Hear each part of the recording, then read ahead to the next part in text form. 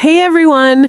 If you're one of those people who has already beaten Diablo 4 1,000 times, farmed every possible piece of loot, and is starting to feel that post-game void, I've got some great news.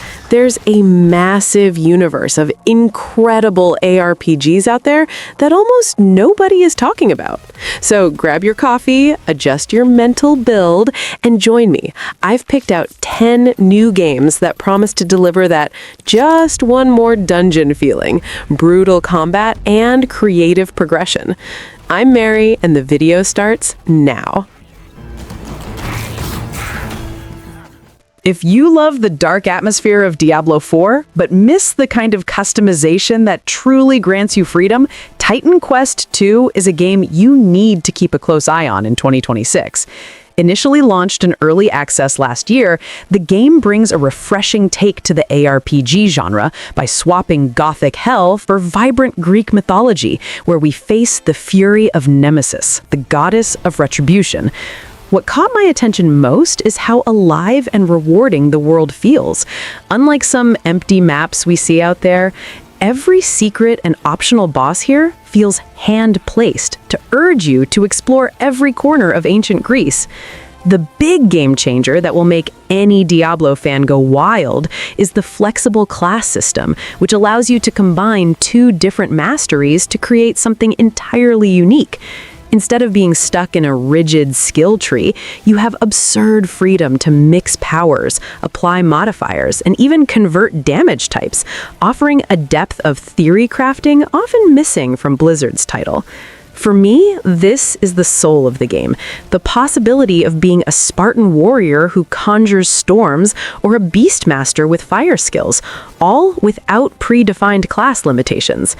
In combat, Titan Quest II opts for a slightly more tactical and paced rhythm, focusing less on button mashing and more on positioning and reading enemy patterns. Boss fights and elites are true duels where you need to react to telegraphed attacks, making victory much more satisfying than just a war of numbers and stats.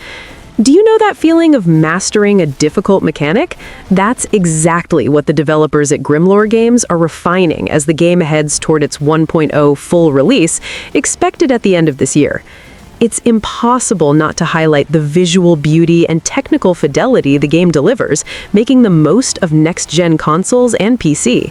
While Diablo 4 bets on darkness and blood, Titan Quest II gives us sun-drenched beaches, majestic temples, and detailed mythological creatures that pop off the screen, creating an incredible visual contrast. If you're looking for an ARPG that respects your time with rich exploration, zero predatory microtransactions, and a progression system that rewards creativity, this is undoubtedly your next big obsession.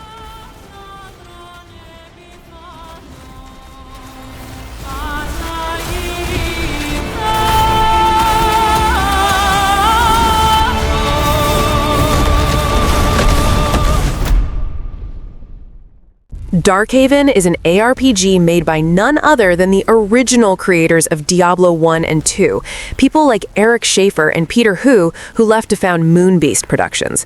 They officially announced the game in late January 2026, and the promise is massive, bringing back classic depth, but with a dynamic world that actually remembers your actions, something sorely lacking in modern games that seem to reset every time you leave a room.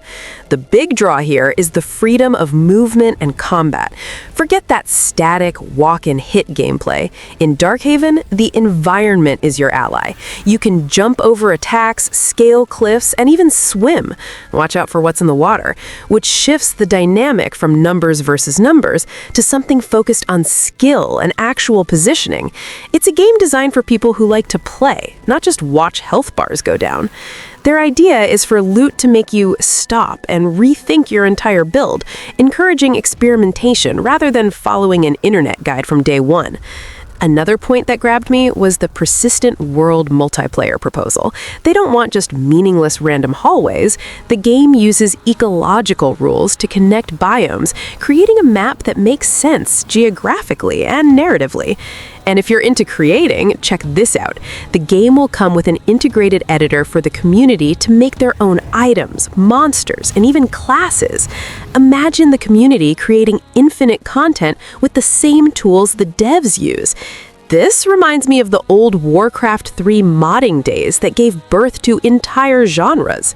The game will enter early access on Steam soon, with a Kickstarter for that final push. There's no set date for version 1.0 yet, but you can already see it's a project made by veterans who grew tired of big studio limitations and want to make the game they'd actually want to play. If you want a dark, visceral ARPG that respects your intelligence as a player, keep an eye on Darkhaven, because these guys practically invented the addiction we have today.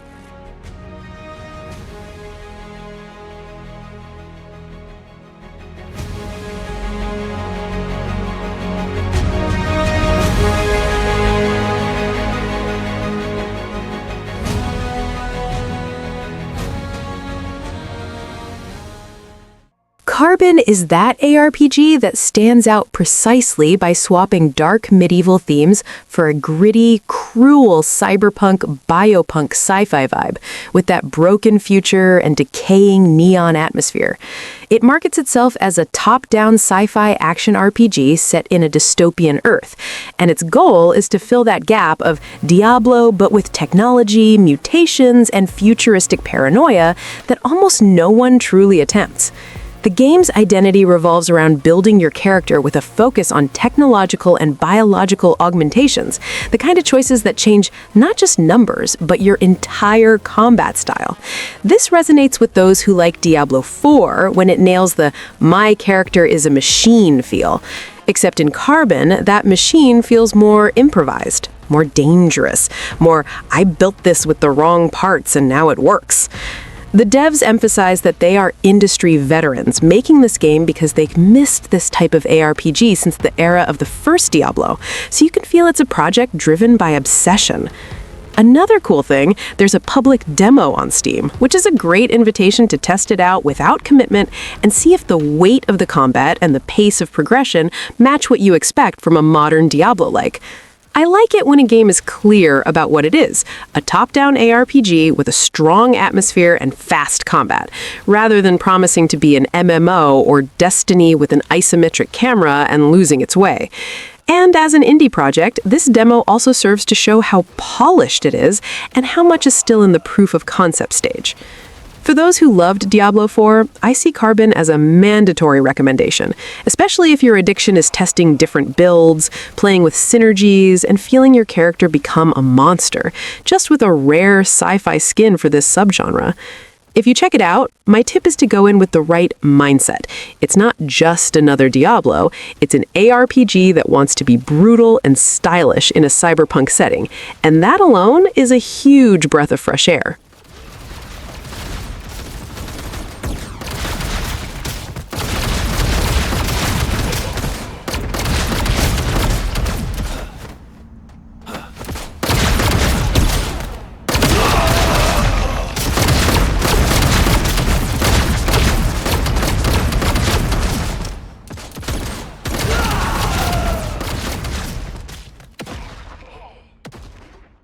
If you enjoyed Diablo 4 for the kill, drop, evolve, repeat loop, Greyskin is one of those ARPGs you should add to your list immediately, but with a much stranger, weird fiction identity and a vibe that mixes dungeon crawling with top-down shooting.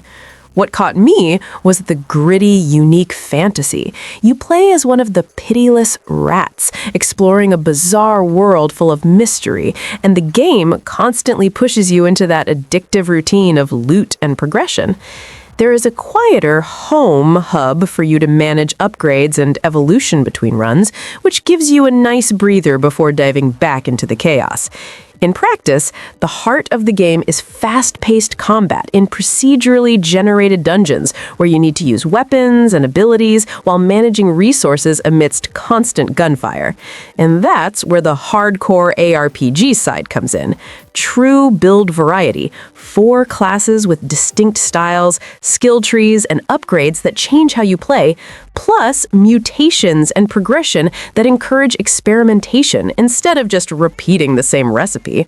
There's also an extra something for those who enjoy the Diablo endgame. The game's own website mentions a roguelite endgame with activities to keep you playing and even ladders for competition. Combine that with a handcrafted world to explore, secrets, areas, dungeon entrances, vendors, and act-end bosses that unlock progression and extra skills, and you have one of those indies that look small at first, but become an obsession once the loot starts fitting your character.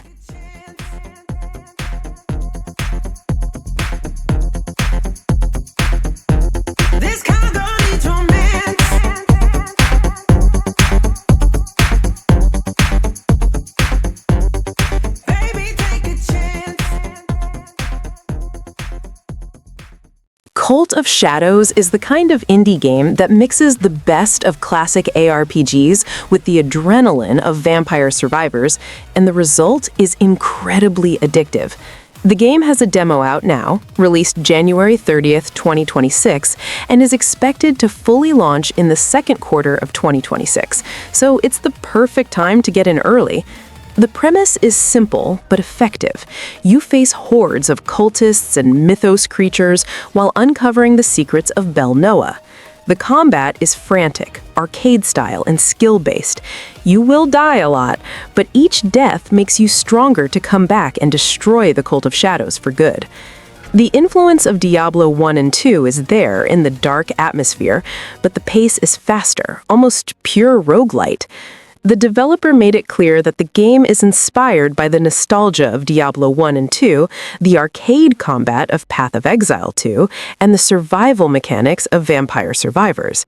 In practice, this means constant progression through crafting, weapon enchantments, character upgrades, and a ton of achievements, 65 in the demo alone. The current demo already features a playable character, the first level, 3 bosses, several mini-bosses, and a good variety of items to test. What stood out to me is that the game manages to capture that heavy Diablo 2 atmosphere, but with a more dynamic and roguelike twist. It's perfect for those who want that loot and progression fix without committing to hours-long sessions. Die, evolve, come back stronger, repeat. And since it's the developer's first game, you can feel real passion in the project, which always makes a difference when you're playing.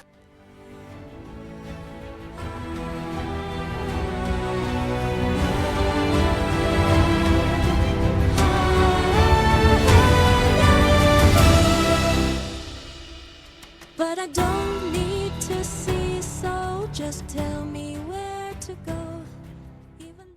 Alabaster Dawn might look strange at first because it's pixel art with a top-down camera like a classic Zelda, but the combat here has a depth that rivals Devil May Cry and Kingdom Hearts, and I swear it works amazingly well.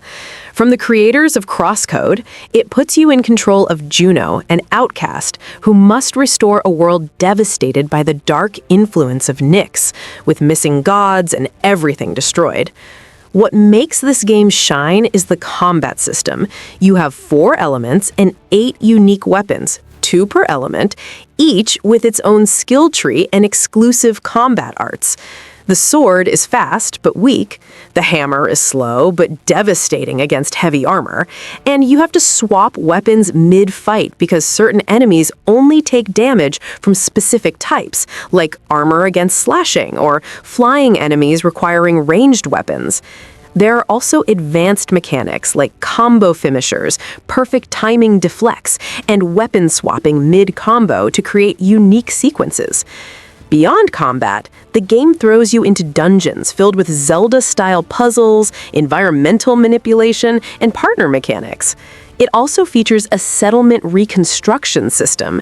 As you purge the curse of Nyx, you help rebuild ruined villages, which levels up the community, unlocks new resources, and visually changes the locations. Real-world progression. The demo has about 1.5 to 2.5 hours of content, with 2 melee weapons, 2 ranged, 9 enemy types, and 4 bosses. The thing is, Alabaster Dawn isn't a traditional Diablo-like, no massive random loot drops or procedural generation, but if you enjoyed the character progression and skill-based combat of Diablo 4, you'll find that here multiplied by 1,000, just with a completely different identity.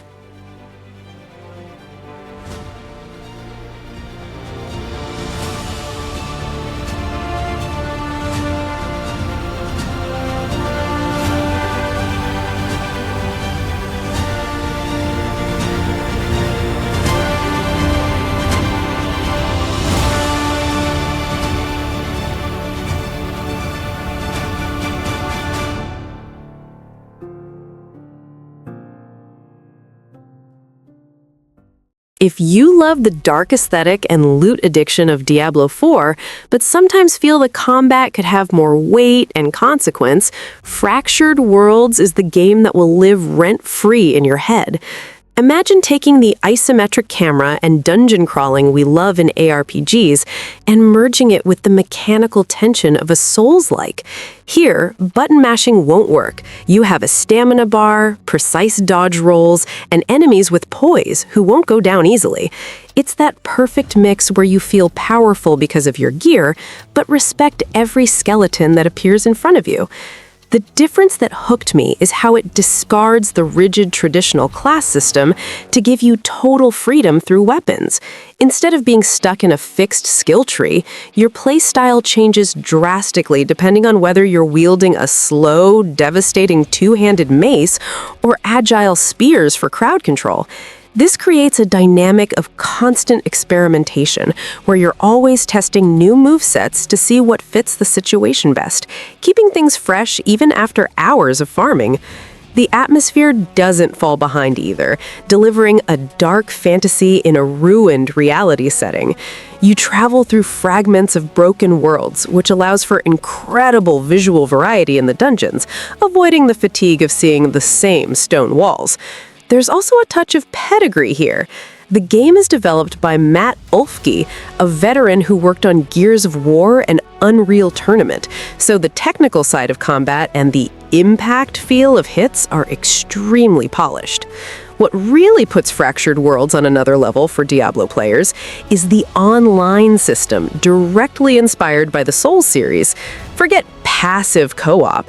Here you can see messages left by other players on the ground, and, most intensely, your world can be invaded by other players trying to take you down mid-run. This adds a layer of unpredictability missing from most isometric ARPGs. Emberville is the kind of game where you look at it and think, okay, this could be my next obsession, but with a very different, cozier, yet dark vibe. It takes place in Vitra Modus, a massive underground prison world where death doesn't last. The idea of coming back and persisting is part of the concept. You wake up without memories and have to fight your way out while trying to understand what's happening.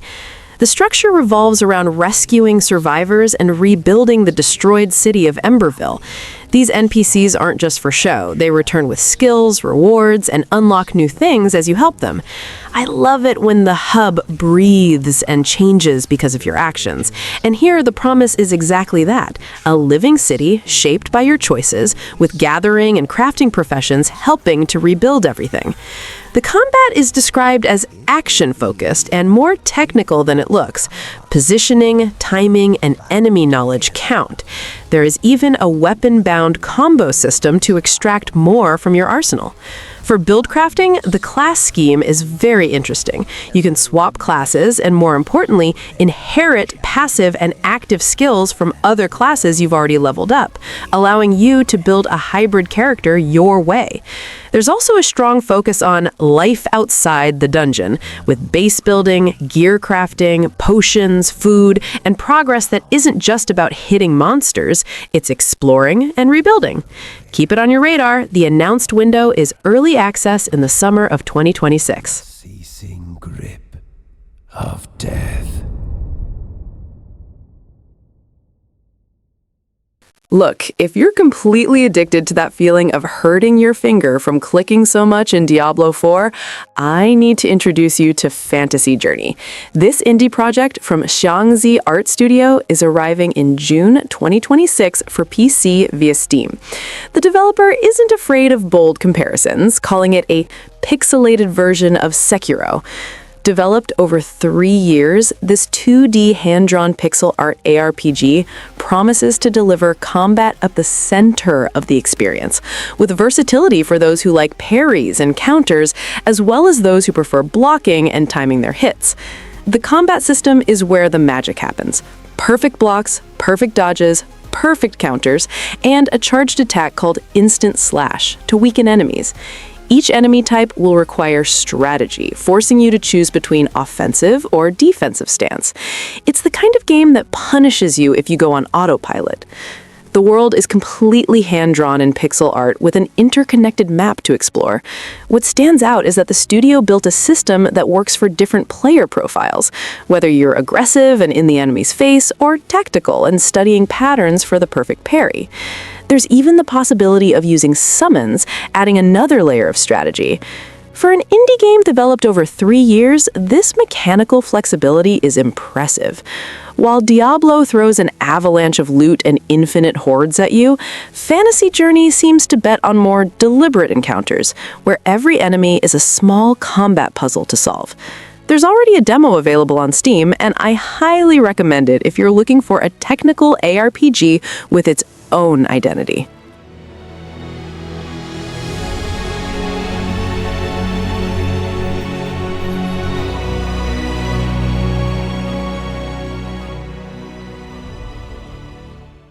Rekesh Gaal is a Russian indie project developed by a single person, promising to be a hack-and-slash ARPG with a proposal that will make you wonder why you haven't heard of it before. You play as a wanderer, chosen to fight evil in a dark medieval fantasy world with horror elements, offering hardcore freedom to choose your own path without being tied to a linear narrative. It's the kind of game that values long-term builds and methodical growth, music to the ears of complex theory crafters. The progression system is where Rekesh Gaal truly shows its teeth. We're talking about over 210 different abilities across 30 skill branches, meaning you basically create your own unique class during gameplay. You aren't stuck being a warrior, mage, or archer. You build from scratch, mixing skills to create something genuinely yours. A standout detail is that the game is designed for replayability, featuring a shared stash to transfer items between characters, encouraging multiple builds. The loot and crafting system is top tier. You have hundreds of items in classic rarities, common, rare, legendary, epic, but with a twist. You can upgrade your favorite weapons and armor from any rarity to insane power levels. You don't have to discard a sword you love just because a generic legendary dropped. The crafting system is based on over 500 collectible recipes, allowing you to create unique items and use basic crafted gear in higher-tier recipes for fantastic power. It's a layered system that rewards exploration and experimentation, made by someone who understands what makes the genre addictive, but isn't afraid to be bold.